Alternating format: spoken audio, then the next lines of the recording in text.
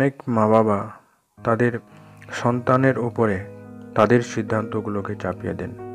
এটা কখনোই করা উচিত নয়।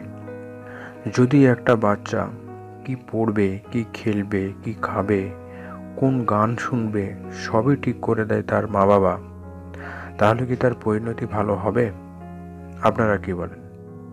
কিন্তু বেশিরভাগ মা-বাবাই তার ভালো লাগাগুলোকে তাদের বাচ্চার উপরে জোর করে চাপিয়ে দেন, এবং তারা হয়তো না জেনেই এটা করেন, বা নিজেদের স্বপ্নগুলোকে বাচ্চার মধ্যে দিয়ে সাকার করতে চান। এইসব মা বাবা আসলে প্যারেন্টিংয়ের ডোমিনেটিং প্যারেন্টিং গোত্রে পড়ে যান। এক্ষেত্রে যেটা হয় সেটা হলো, বেশিরভাগ ক্ষেত্রে এই ধরনের বাচ্চারা অপরিণতভাবে বেড়ে ওঠে। তারা নিজেদের জীবন সম্পর্কে, কোনো বিষয় সম্পর্কে সঠিক সিদ্ধান্ত কখনো নিতে পারে না। আসলে যেটা ঘটে, এই ধরনের পরিবারের সন্তানেরা যদি কখনো কোনো সিদ্ধান্ত নিয়েও থাকে, তাহলে সেই সিদ্ধান্তকে কোনো গুরুত্বই দেন না তার মা বাবা। অর্থাৎ সন্তান যে সিদ্ধান্ত নিয়েছে সেটা তাদের কখনোই মনোমত হয় না। এরকম ঘটলে সেটা বাচ্চাটির ভবিষ্যৎ জীবনের জন্য খুবই খারাপ পরিণতির দিকে এগিয়ে যায়। তাই আমাদের যেটা করা উচিত সেটা হলো, তাদের সঙ্গে বসে কাউন্সিলিং করে, তাদের সঙ্গে আলোচনা করে কোনো বিষয় সম্পর্কে সিদ্ধান্ত গ্রহণ করা। তা না করলে আমরা তাদের কাছ থেকে আশানুরূপ ফল কখনোই পাব না। আমাদের যেটা করা উচিত সেটা হলো, বাচ্চা কোন কোন বিষয়ে পারদর্শী সেটা অবশ্যই দেখতে হবে। অর্থাৎ বাচ্চাটি কোন কোন বিষয়কে আনন্দের সঙ্গে গ্রহণ করছে, যেটা পরবর্তীকালে তার কেরিয়ার সম্পর্কে ডিসিশন নেওয়ার সময় সুবিধা হবে।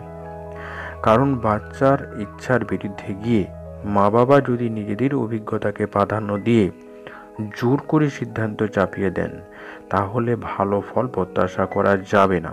কারণ মনে রাখা উচিত, প্রত্যেকের মধ্যেই বিশেষ দক্ষতা বা সক্ষমতা থাকে, তাকে বিকশিত করা অভিভাবকদের দায়িত্ব।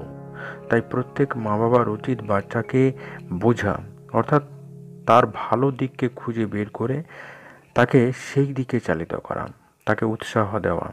তাহলেই সেই সন্তান ভবিষ্যৎ জীবনে একটি ভালো কেরিয়ার গড়ে তুলতে পারবে। তা না হলে, যদি কোনো মা বাবা তার সন্তানের ভালো দিকটাকে আবিষ্কার না করে তাদের মতকে প্রাধান্য দিয়ে সন্তানকে এগিয়ে নিয়ে যান, ভবিষ্যতে আপনার সন্তান আপনার প্রত্যাশা মতো ফলাফল নাও করতে পারে। ফলে আপনিও ভেঙে পড়বেন যে আপনার সন্তানের পেছনে এত টাকা খরচা করে ফেললেন, কিন্তু সবই বেকার হয়ে গেল। এই কারণে পরিণত বয়সে আপনার সঙ্গে আপনার সন্তানের দূরত্ব তৈরি হতে থাকবে, যেটা একটি সুখী পরিবারে একেবারেই কাম্য নয়। তাই আপনি আপনার সন্তানের পোটেনশিয়াল দিকটির কথা বিশেষভাবে গুরুত্ব দিয়ে বিবেচনা করুন, এবং সেটিকে খুঁজে বের করে তার উপরে বিশেষ গুরুত্ব দিয়ে তাকে উৎসাহ দিন, যাতে করে সে বিষয় নিয়ে সে এগিয়ে যেতে পারে। তাহলেই আপনার বাচ্চা, আপনার সন্তান জীবনে সফলভাবে গড়ে উঠবে। আর এই পর্যন্তই। কেমন লাগলো আজকের এই ভিডিও অবশ্যই কমেন্ট বক্সে লিখে জানান। ভালো লাগলে লাইক এবং শেয়ার করতে ভুলবেন না। যারা এই চ্যানেলে প্রথমবার এসেছেন তারা অবশ্যই চ্যানেলটিতে সাবস্ক্রাইব করে রাখুন। ধন্যবাদ।